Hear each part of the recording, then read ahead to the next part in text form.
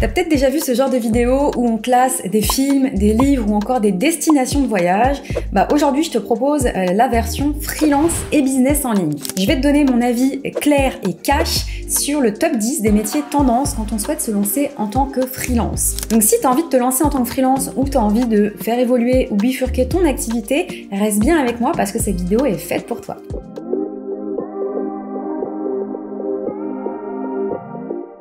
Le classement, le barème, il est simple. On va avoir d'abord le God Tier. Le God Tier, c'est The Place to Be en 2025. C'est le métier ou les métiers les plus tendances sur lesquels, d'après moi, il faut absolument se lancer pour bien gagner sa vie et surtout s'épanouir. Ensuite, on va avoir le Solid Tier. C'est une bonne option également, qui peut être également rentable si tu sais te positionner correctement. Ensuite, on va avoir le OK Tier. En gros, dans cette catégorie, c'est, voilà, ça peut le faire si c'est un métier qui te correspond. Par contre, il va juste falloir faire attention à certains éléments comme la concurrence, la fatigue ou encore le plafonnement de chiffre d'affaires. Ensuite, on va avoir le Moyen Tier. Donc là, c'est possible aussi, mais ça va être un petit peu plus compliqué. En gros, tu peux te lancer, mais il va falloir être un as de la différenciation. Il va vraiment falloir réussir à sortir du lot. Et puis, on va avoir le Next Tier. En gros, cette catégorie, c'est vraiment les métiers que je te déconseille si tu souhaites te lancer en 2025. En gros, tu peux oublier et bien sûr, je vais t'expliquer pourquoi. Soit c'est des métiers qui sont voués à mourir et soit c'est des métiers ou des secteurs d'activité qui sont déjà complètement saturés.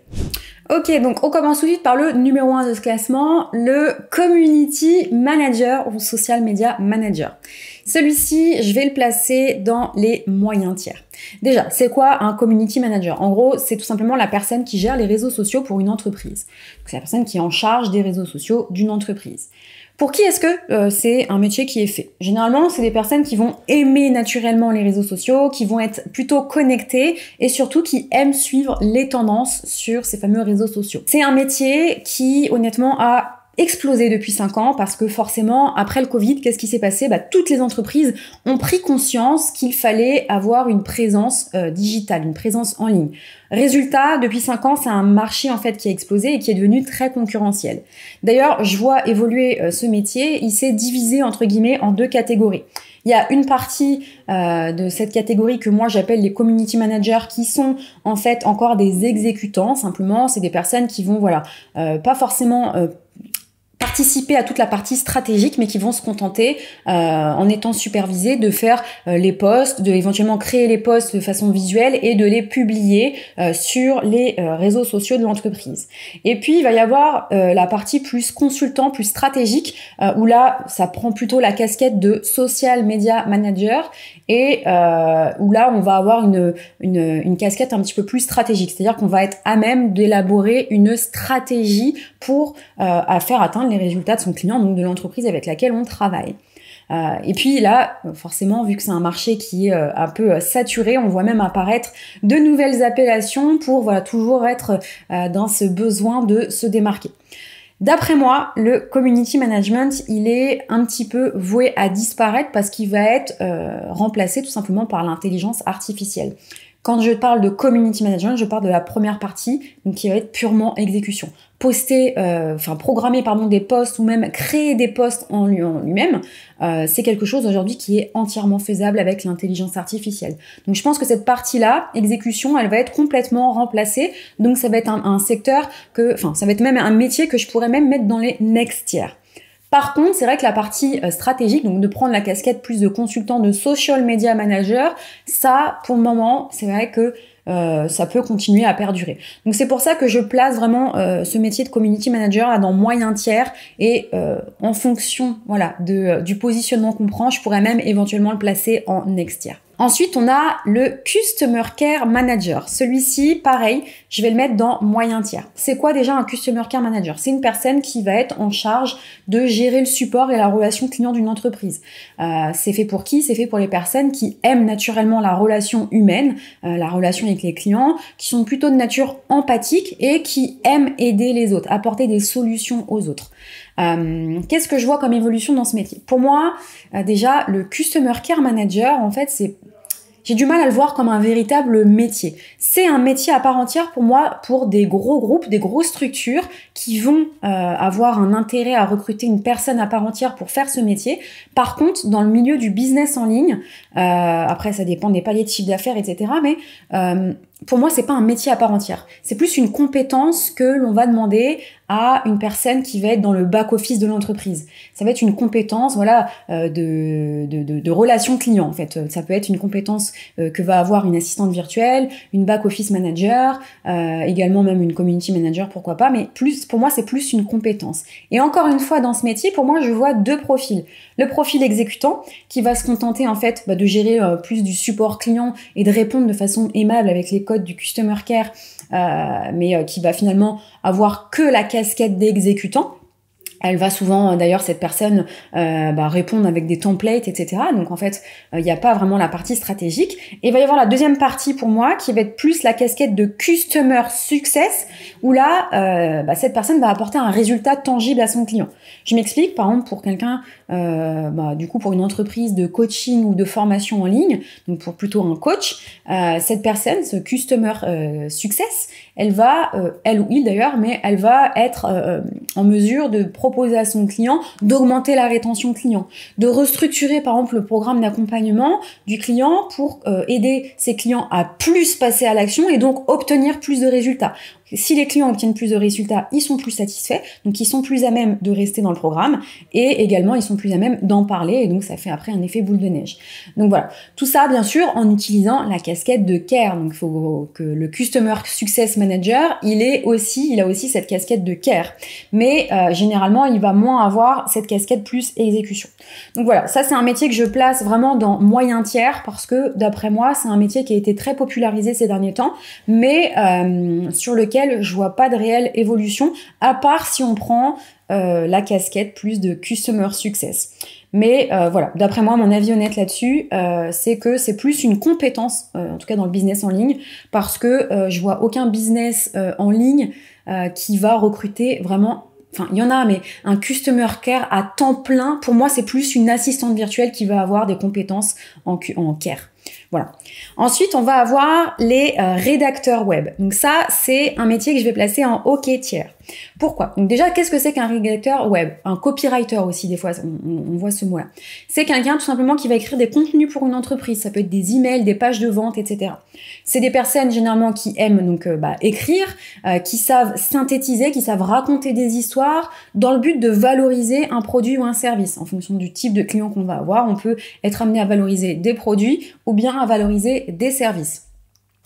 Qu'est-ce que je vois comme évolution dans ce métier et pourquoi j'ai fait ce classement? Pour moi, c'est un métier qui est encore viable et c'est pour ça que je le mets dans OK tiers. Par contre, je pense qu'il va falloir savoir tirer parti de l'intelligence artificielle pour rédiger des textes percutants. Parce que je pense qu'aujourd'hui, les gens qui vont réussir à tirer leur épingle du jeu dans ce métier, ce seront ceux qui sauront tirer parti de l'intelligence artificielle et surtout ceux qui vont être à même de facturer, de proposer des offres qui sont axées sur le résultat et non pas de facturer au mot, au texte. Souvent, c'est dans des métiers, si vous vous renseignez un petit peu sur ce métier, c'est des métiers où on voit souvent des gens qui facturent au nombre de mots ou au texte ou à la page de vente, etc. Ça, pour moi, c'est complètement fini. Si vous vous lancez dans cette optique-là en 2025, vous ne vous démarquerez jamais et je pense que vous gagnerez même pas très très bien votre vie. Il faut absolument être en mesure de facturer du résultat. Les rédacteurs en gros classiques, je pense qu'ils vont être amenés à disparaître parce qu'aujourd'hui, tout simplement, une intelligence artificielle bien entraînée, elle est capable de créer un texte très percutant. Donc juste rédiger un texte percutant et facturer au nombre de mots, ça n'a plus aucune valeur pour un entrepreneur. Aujourd'hui, il peut utiliser une intelligence artificielle et il va pas avoir besoin de vous payer au mot. Ok pour se lancer, mais en utilisant l'intelligence artificielle et en facturant au résultat. Et dans ce cas-là, ça peut être un OK tiers. Ensuite, on va avoir le métier de closer-setter. Alors, celui-ci, c'est le premier que je vais mettre en next tier. Pourquoi? Déjà, qu'est-ce que c'est qu'un setter? Un setter, je vais d'ailleurs plus axer d'ailleurs sur le setter que sur le closer. Un setter, c'est une personne qui qualifie les prospects d'une entreprise et qui amène ses prospects, une fois qu'ils sont qualifiés, à réserver un appel avec l'équipe commerciale. C'est un métier qui est fait pour les personnes qui aiment le contact humain, qui sont à l'aise souvent au téléphone, parce que souvent c'est des démarches que l'on fait au téléphone, mais qu'on peut aussi faire à distance, donc plutôt par écrit. Et c'est surtout des personnes qui aiment être disponibles, parce que la particularité de ce métier, c'est qu'il faut être hyper réactif.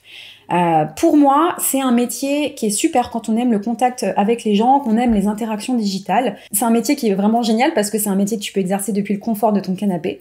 Par contre, c'est également très exigeant parce que tu dois, comme je l'ai dit, être hyper présent, hyper réactif pour répondre très vite à un prospect. Parce qu'en gros, en fait, quand un prospect il est chaud, quand il est intéressé par un produit ou par un service, il faut le traiter immédiatement, sinon il passe à autre chose. Le temps d'attention des gens aujourd'hui est très limité, donc si tu captes pas l'attention tout de suite du prospect qui s'est intéressé à un produit ou à un service, c'est fini, il va passer à autre chose, il va continuer ses recherches et potentiellement il va acheter chez un concurrent. Donc le problème, d'après moi avec ce métier, c'est qu'aujourd'hui, il y a de plus en plus d'intelligence artificielle, de services d'intelligence artificielle qui sortent pour tout simplement faire ce setting à la place d'un humain.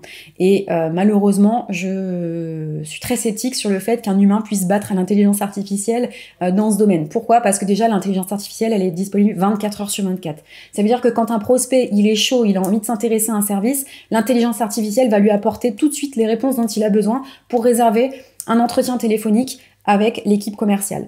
Donc, d'après moi, là, en fait, c'est un match perdu d'avance avec l'humain. Donc, c'est pour ça que je le classe en ex-tier, parce que, d'après moi, ça va aller très vite. Le métier de setter va complètement disparaître.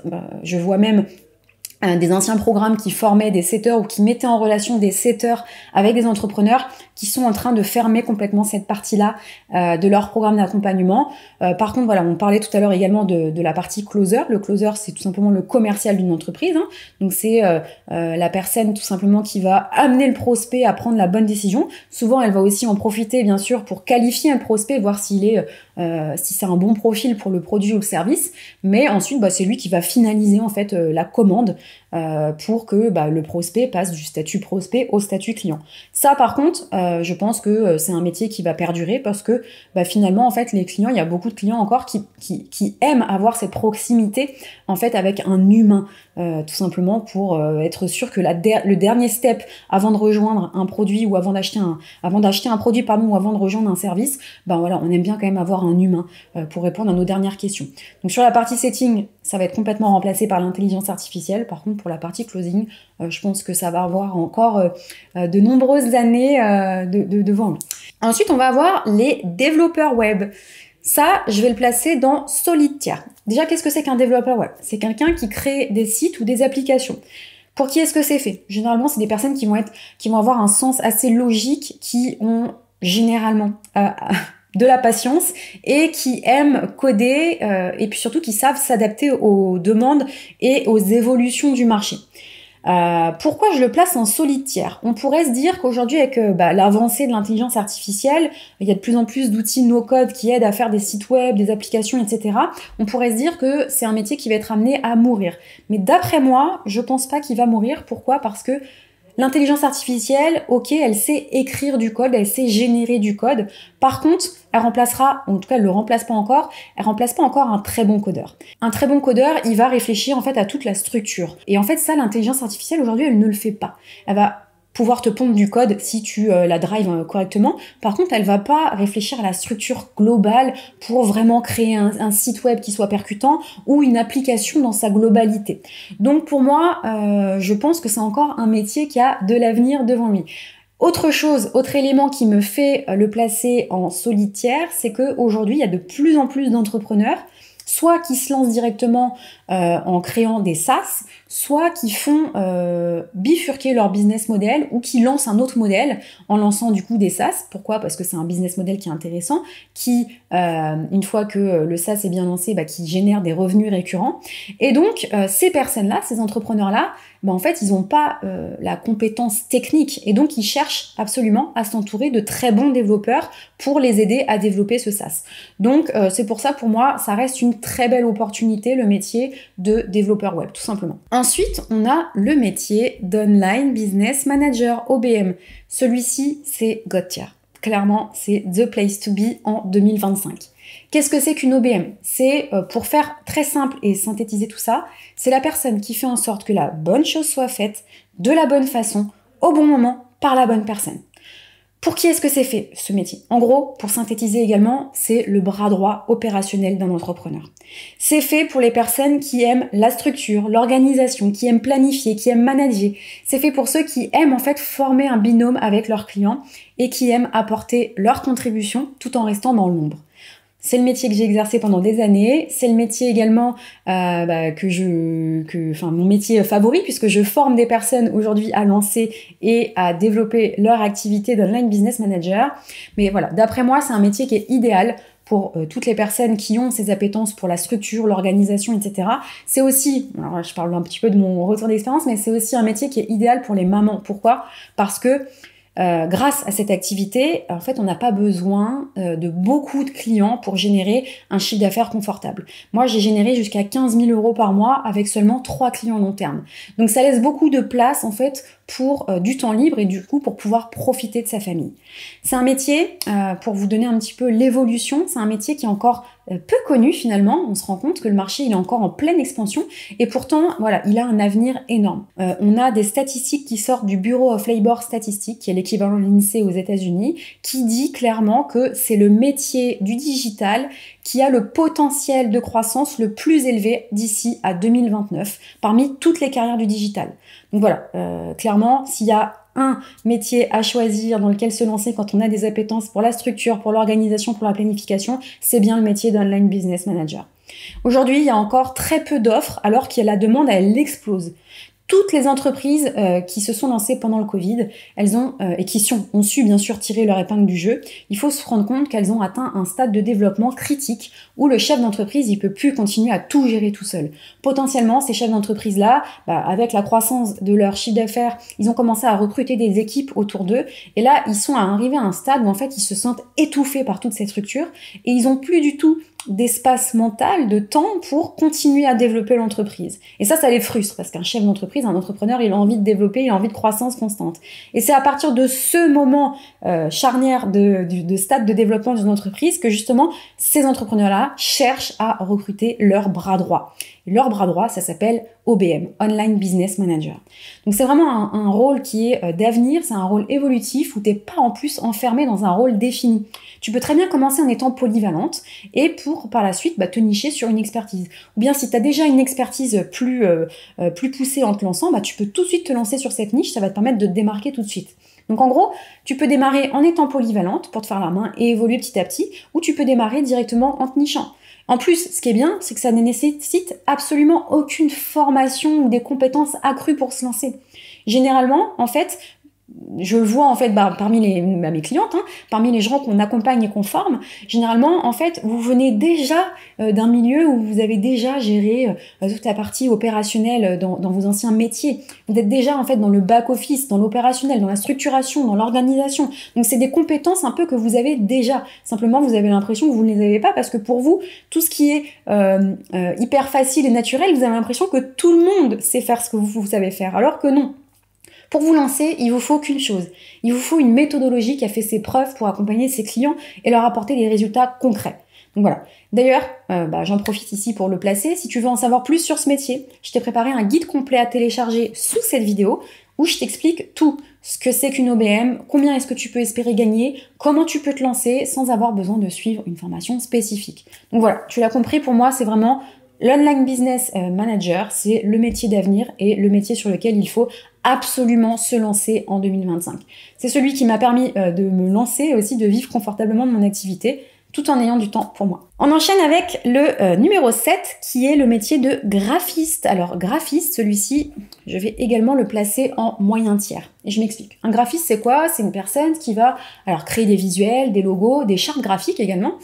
C'est généralement un métier qui est adoré par les créatifs, qui vont avoir un style plutôt plus ou moins distinctif, qui savent également, en tout cas, ceux qui vont se démarquer vont savoir également utiliser l'intelligence artificielle comme outil.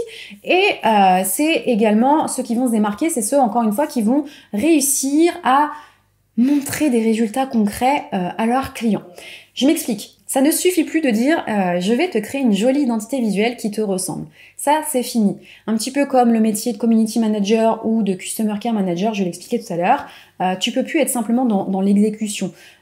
Aujourd'hui, l'intelligence artificielle s'est énormément développée, elle est capable de créer des visuels, des logos, elle est capable de créer des éléments graphiques extrêmement poussés.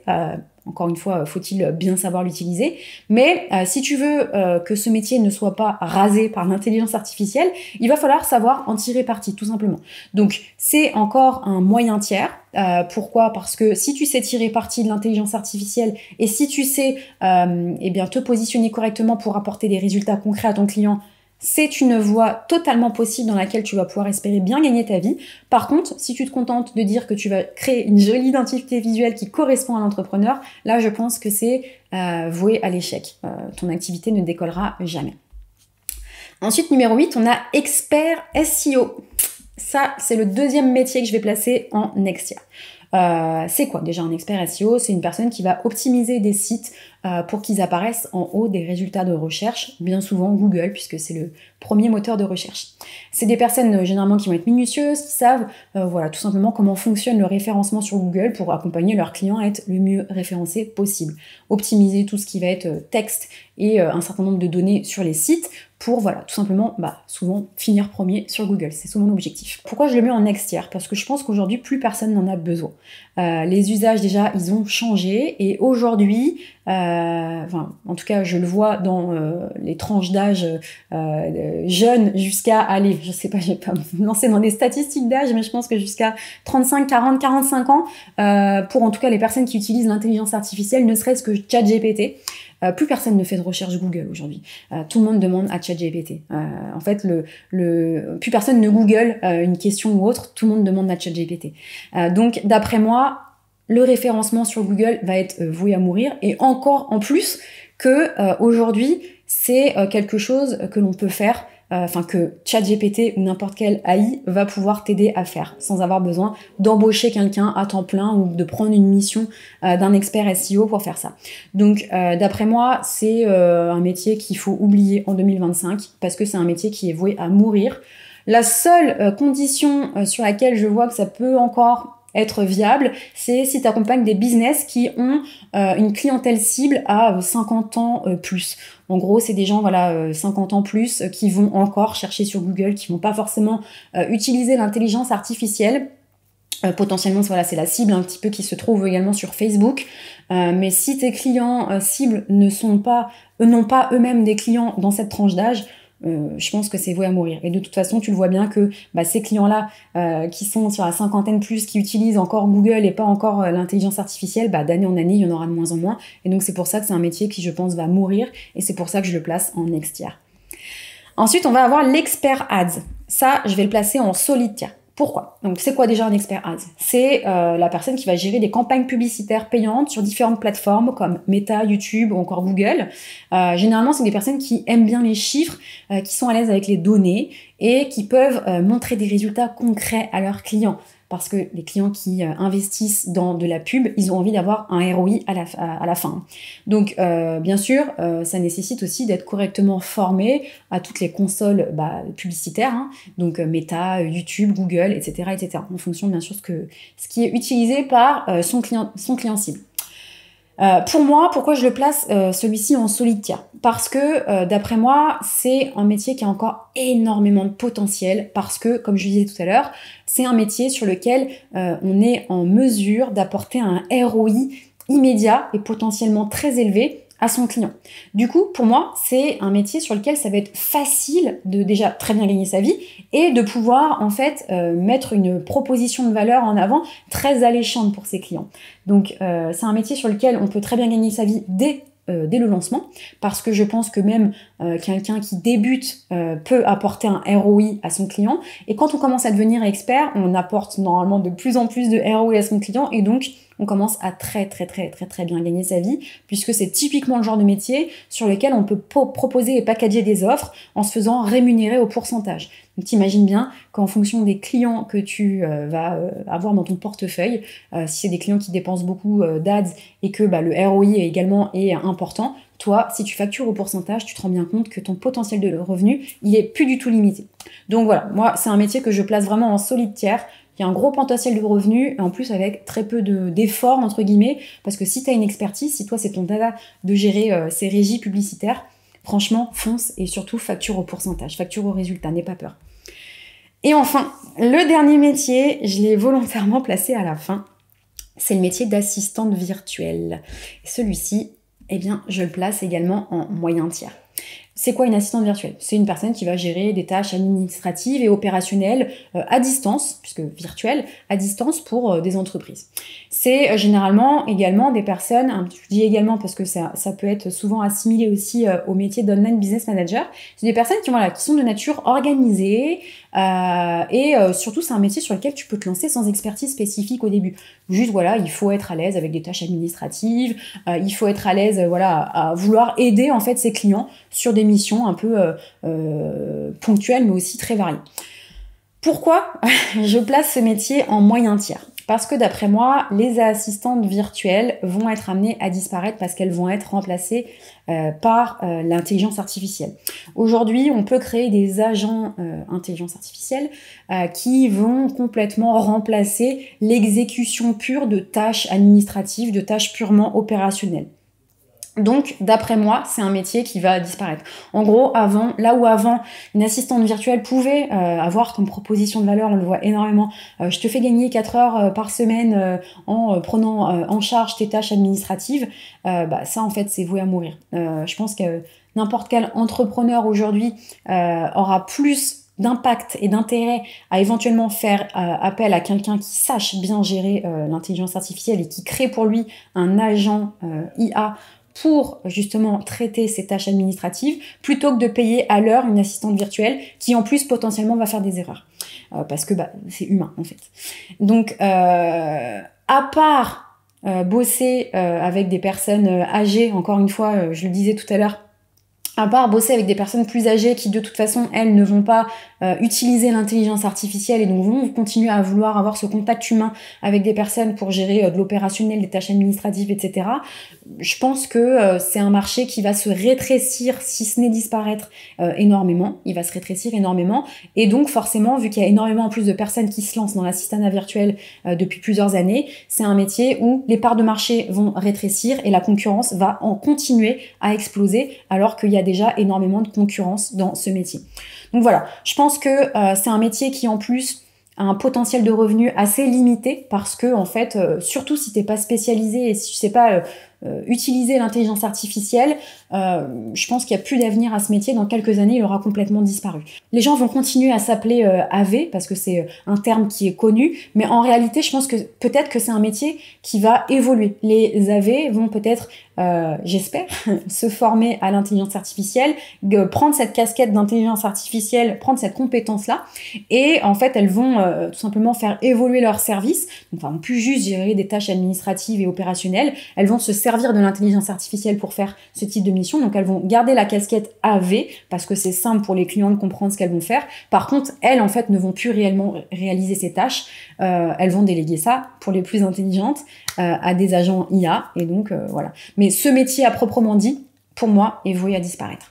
Voilà, encore une fois, cette vidéo n'engage que moi, ce n'est que mon avis propre et personnel sur ces 10 métiers un peu tendance qui ont un peu le vent en poupe, pour lesquels souvent les gens se renseignent quand ils ont envie de se lancer en freelance. Donc j'espère que cette vidéo t'a éclairé.